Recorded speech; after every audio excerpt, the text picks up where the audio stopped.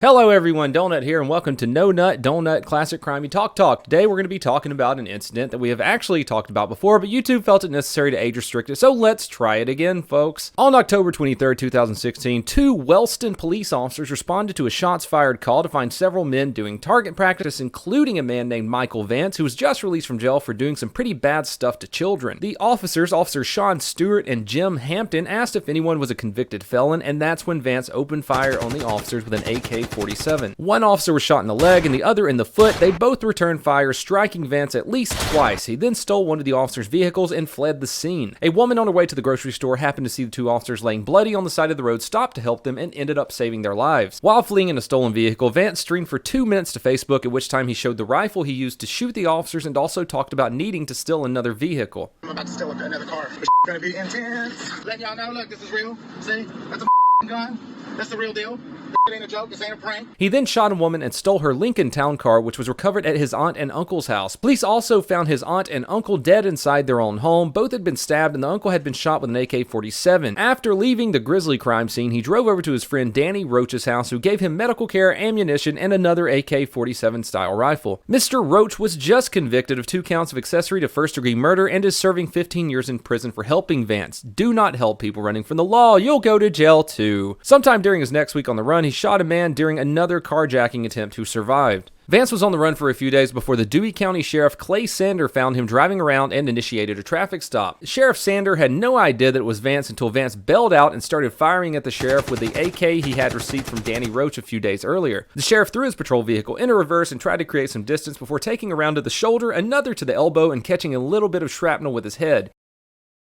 Vance jumped back in his car and sped away, while Sander returned a few rounds that unfortunately did not meet their target. Sheriff Sander made a full recovery and is now back at work. Not long after the firefight between Sheriff Sander and Vance, the Oklahoma Highway Patrol caught up with him. Continuing south, he went through. Continuing south on 2130 from 870 Road.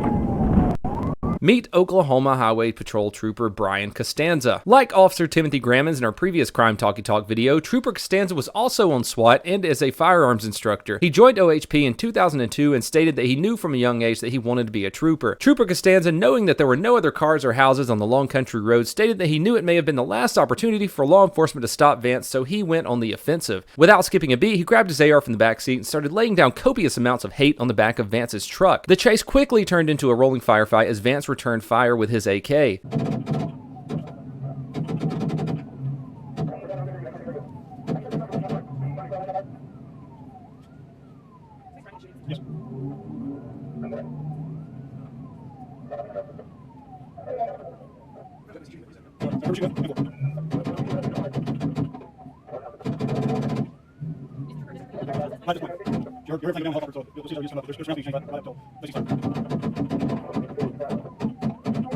After Castanza fired over 70 rounds through a small hole in his own windshield, Vance's truck was disabled. He hopped out of it and tried to use it as cover while Oklahoma Highway Patrol basically set up a firing line.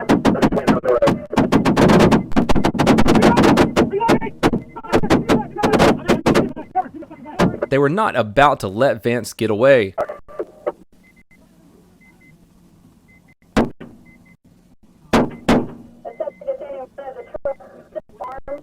The truck's rolling backwards. He's standing in front of the truck.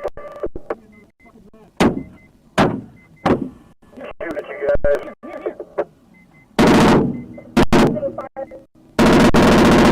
After several hundred shots from law enforcement, Vance goes down, and they keep shooting for good measure. As Trooper Castanza later states, down does not always mean out. They're just laying down the middle road.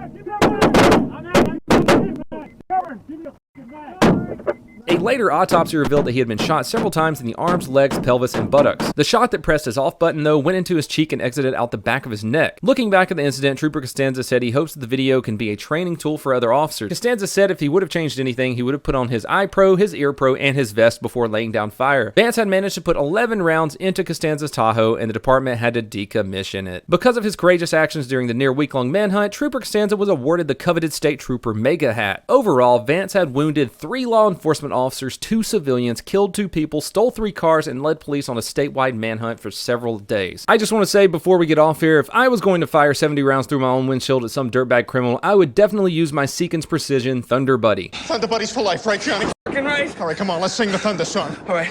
When you hear the sound of thunder, don't you get too scared. Just grab your Thunder Buddy and say these magic words. Fuck you, thunder, you can suck my dick. You can't get me thunder, cause you're just God's farts. So I never even heard of Seekins Precision before until they gave me a call and they were like, hey, we want you to try one of our rifles, do a little review on it. So here's kind of an unboxing of my Seekins Precision Thunder Buddy. As you can see, it is modeled after the movie Ted. It's got Thunder Buddy engraved right here. It's got Ted right here. It's got some engravings on the other side. Whoa. We have Thunder Buddy on the inside of the dust cover with Ted and some lightning on the other side.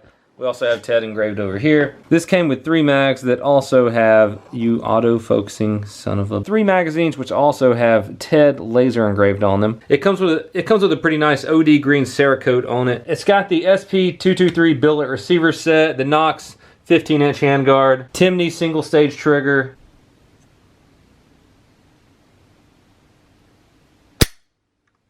and the Seekins Precision 10x Pro Comp stock. I really like this.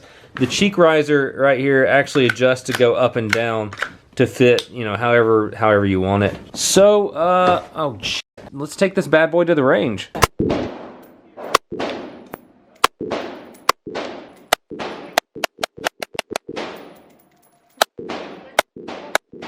I like this gun. They're telling me to step it down a little bit.